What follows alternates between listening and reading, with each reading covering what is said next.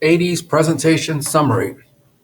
So we first start off with the Iranian hostage crisis that was addressed in the 1970s. So for the most part, what you want to focus on here is how the crisis does lead to a situation where Carter, the president of the United States after Ford, finds himself in a global dilemma that ultimately leads to people voting him out of office. So in the 1980s, we still have a left versus right, and the left, in this case, is a left that is definitely addressing a lot of social issues like gay rights. We already have abortion legal through Roe v. Wade. We're starting to see divorce rates go up. And these are issues that seem to be of concern to individuals, primarily people of the Christian right. And so the Christian right would eventually align itself with the right, with the Republican Party. And that's combined with the crisis here. We start to see more people voting for the Republican Party, and in this case, Reagan, and Reagan becomes the next president. So as I mentioned before, some of the issues from the left through the turbulent 60s, and then I just did a search for Christian right and 80s Republican, and you see things like the moral majority. And ultimately, they definitely seem to be concerned with restoring family values. Reagan, as the president of the United States, implemented his idea of Reaganomics. So in this cartoon, we see a reference to the New Deal. With Roosevelt's New Deal programs, and with Reaganomics, pretty much the idea here is we give money, government gives money to businesses, and then that will trickle down in that particular fashion, and then people will be able to get the money here through work. How do they work? They work because they are working for businesses. Businesses were provided money and incentives to expand and hire, and that's the end result. Unlike here, where if we remember the WPA, the AAA, it looked like government was the one getting money to the people. And so that's just a little summary on Reaganomics.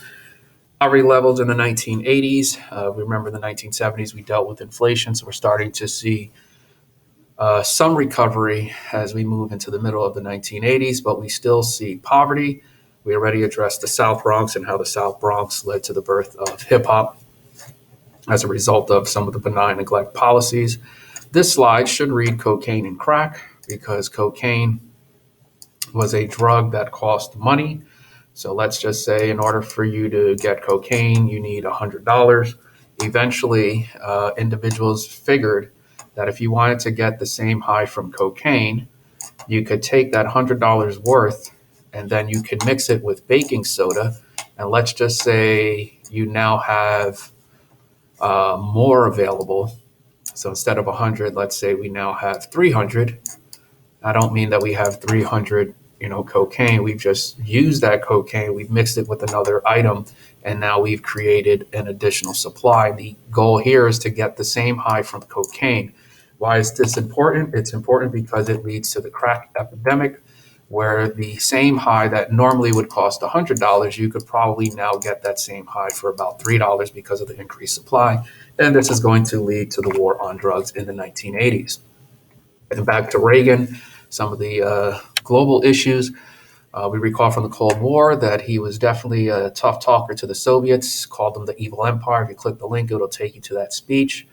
We also know that he was trying to outspend the Soviets in the Cold War race, and his program SDI would simply cost money.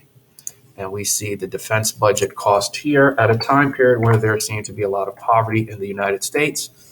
Don't necessarily know if any of that mattered because if you recall in the Cold War, Glasnost and Perestroika were policies that were implemented by Gorbachev. Here we see the image of Gorbachev, leader of the Soviet Union. And his policies were going to lead to open criticism of the government that eventually would lead to people gaining, I guess, more freedom, and then that freedom leading to an increased brave attempt to criticize the government that ultimately does lead to tearing down some of the evil perception of that dictatorship of the proletariat that the Soviet Union wound up, having.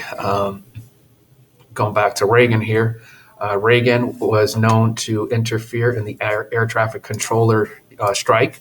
So air traffic controllers, we are talking about people that are trying to make changes because they are in a profession that pretty much monitors all of the planes in the sky and so on. They're air traffic controllers. These dots represent planes that are in air.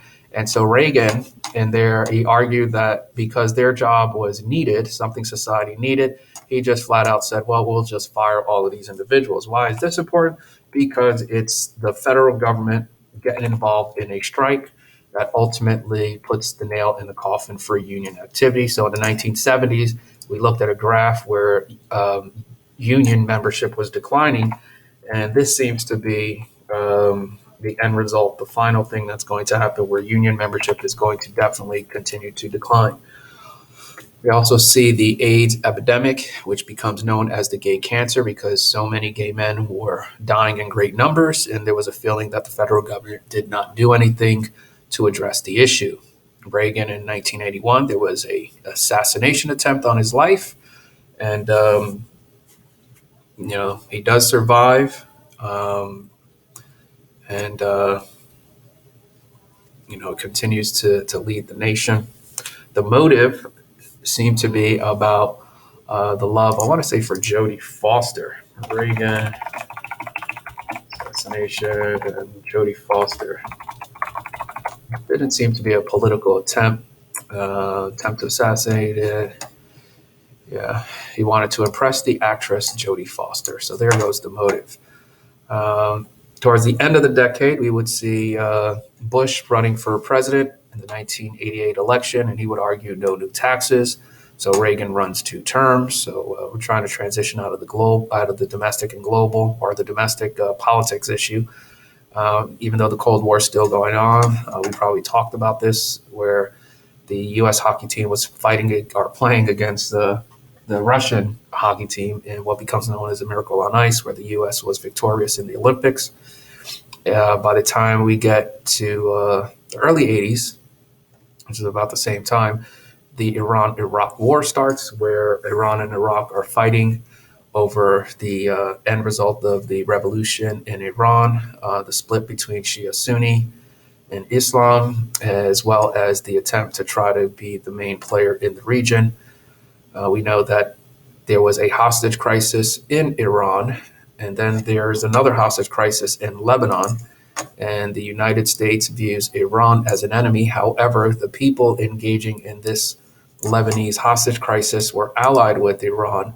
So at some point, the United States has to work with Iran to try to get these hostages in Lebanon free. That sounds very complicated and complex.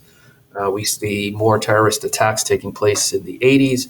We see the United States Marines attacked at this barrack bombing in 1983 in Lebanon. We continue to see flights being hijacked over Palestinian issues.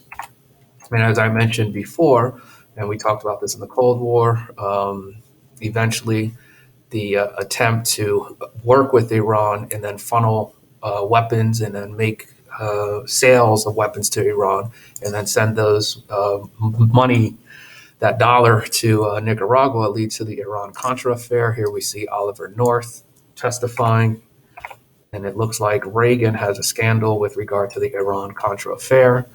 The decline of the Soviet Union is taking place in the 80s, primarily in the late 80s, where we see this policy of glasnost.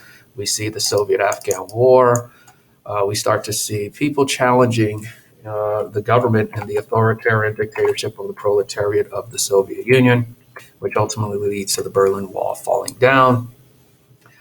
In China, the Tiananmen Square protests, we see this one man challenging the Chinese government at Tiananmen Square, which becomes known as the famous photograph Tank Man. We start to see revolutions take place in Poland and Romania. And the question here is whether or not these revolutions would have taken place if it wasn't for the glasnost and perestroika policies and some of the easing back of restrictions. In 1986, NASA was going to send the Challenger into outer space, and the Challenger exploded while it was en route into outer space. If you're questioning about cell phone technology, this is a pager. A pager would have a number, 5213811. Let's say you call it, and then you would just use the pins, the numbers on your phone and then it would just show up. So if I typed 1, 2, 3, that's what would show up in the pager. Eventually, this evolves. Here we see, I believe this is the Nextel. This one was interesting because you could actually type an entire message. Here, you're just typing in numbers. The message, though, you would use a number, and you would call an operator, and you would tell the operator, tell Bob that I want to take him out on a date. Then the operator would send that to Bob through his pager. So it's kind of like looking at texting, what would become texting technology later on. Here we see the fight for establishing some sort of home computer. Here we see Atari, the maker of video games, that's getting involved in the production of computers, and they're actually storing and saving their data using tape that would be used to record audio. Here we see some home video game systems, ColecoVision and Television and the Atari. Around 83, 85, we see the Live Aid, the We Are the World song, where there was a concert to try to raise money to stop hunger in Africa, as well as trying to get people to stop spending, because by the mid-'80s, you see an increased number of spending taking place, and the mall definitely gains in popularity, so much so that if you looked up Valley Girl, the song would probably take you here to that. So we see the golden age of the malls really being an issue in the 1980s. Some of the toys and cartoons of the 1980s, and you probably could watch all of this in a Saturday morning. Movies of the 80s. This one's interesting, Back to the Future, because it's about the 50s. Some of those TV shows that existed. For example, if we take Three's Company, these three had lived together. However, in order to allow the male to live with the two females, they pretty much needed to tell the landlord that he was a homosexual.